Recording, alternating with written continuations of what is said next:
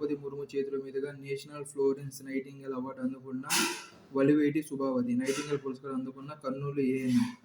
పట్టణ పేదల సేవలో డిజిలక్ష్మి 10,000 కియోస్క్ సెంటర్లు ఏర్పాటు చర్యలు. తొలి దశలో అందుబాటులోకి 20 రకాల సేవలు.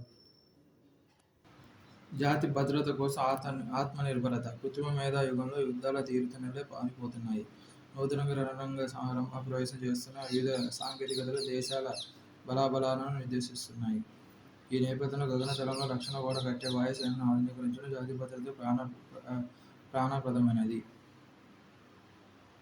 మన వైమానిక దళంలో కనీసం 42 స్క్వాడ్రన్లు, ఒక్కోదాంట్లో 18 వరకు యుద్ధ విమానాలు ఉండాలన్నది అధికారిక అంచనా. కానీ ప్రస్తుతం 32 స్క్వాడ్రన్లు అందుబాటులో ఉన్నాయి. వాటిలో సుమారు పాతతరం విమానాలే బోలెడు.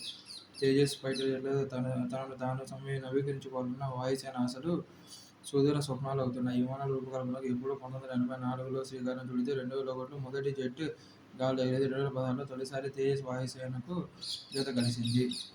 యుద్ధ విమాన ఫ్యాక్టరీ నత్తనడకపై ఏసీఎం ఏపీ సింగ్ స్పందిస్తూ 2009-10లో పురమాయించిన మొదటి బ్యాచ్ 40 తేజస్ యుద్ధ విమానాలు కూడా ఇంతవరకు పూర్తిగా అందలేదని అసహనం వ్యక్తం చేశారు. అంతరిక్షంలో ఆయుధ పోరు. అగ్ర అధ్యక్షుడు Donald Trump the golden dome for America ఆదేశంపై సంతకం చేశారు. శత్రుదేశాల క్షిపణులను, ముఖ్యంగా అణుబాంబులతో కూడిన క్షిపణులన్నీ అంతరిక్షం నుంచి గుర్తించి పేల్చివేసే రక్షణ వ్యవస్థని గోల్డెన్ డోమ్గా పిలుస్తున్నారు. ప్రస్తుతానికి ఇది ఒక వైజ్ఞానిక ఉపస్థాయిలో ఉంది. $175 బిలియన్ ఖర్చు అవుతున్నాయి. 20 ఏళ్లలో ఈ ప్రాజెక్టుపై $162 బిలియన్ నుంచి $520 బిలియన్ ఖర్చు అవుతాయని అమెరికా కాంగ్రెస్ బడ్జెట్ కార్యాలయం ప్రకటించింది.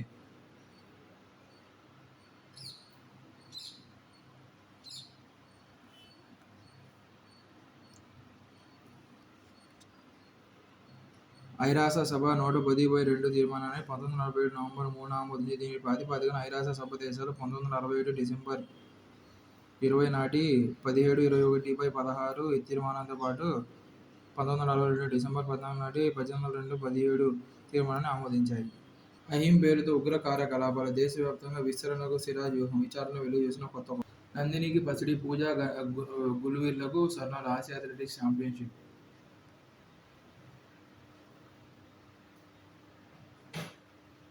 జీడీపీ $3.9 లక్షల కోట్ల.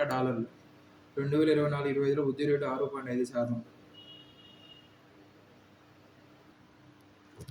రాష్ట్రాలు ఆర్థిక స్వయం ప్రతిపత్తి సాధించినప్పుడే నిజమైన సమాఖ్య వ్యవస్థ సాధ్యమవుతుంది. అంటే రాష్ట్రాలకు మరిన్ని ఆర్థిక వనరులు ఉండాలి. ఫైనాన్స్ కమిషన్ సిఫార్సుల ప్రకారం పన్నుల రాబడిలో రాష్ట్రాలకు ప్రస్తుతం 42% వాటా దక్కేలా జరగడం లేదు. కేంద్రం వద్ద నిధులు కేంద్రీకృతమవుతున్నాయి. దీనికి తోడు రాష్ట్రాలకు రావాల్సిన పన్ను భాగాలను తొక్కిపెట్టే ధోరణి పెరుగుతుంది.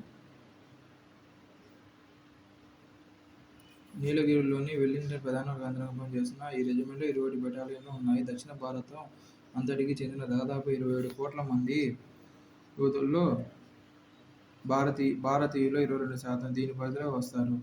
అదే సిక్కు రెజిమెంట్కు తీసుకుంటే కేవలం 80 లక్షల జనాభా నుంచి దీనికి ఎంపిక జరుగుతాయి.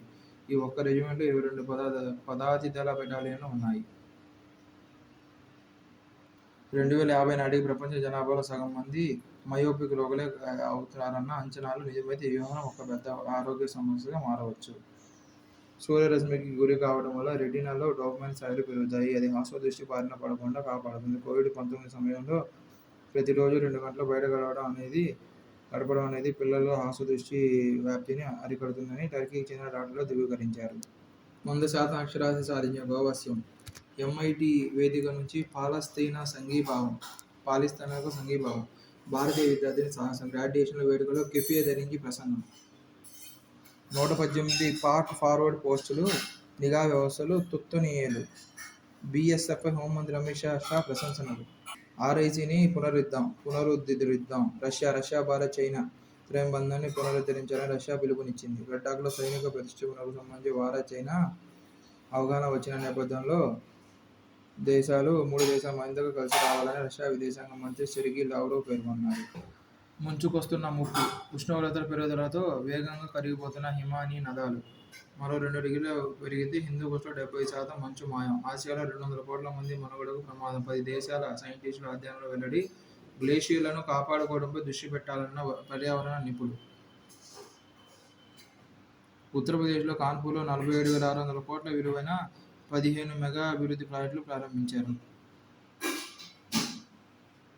మిస్ యూఎస్ఏ తెలుగు టాలెంటెడ్గా పోలవరం యువతి టోపీతో నాగచంద్రిక రాణి.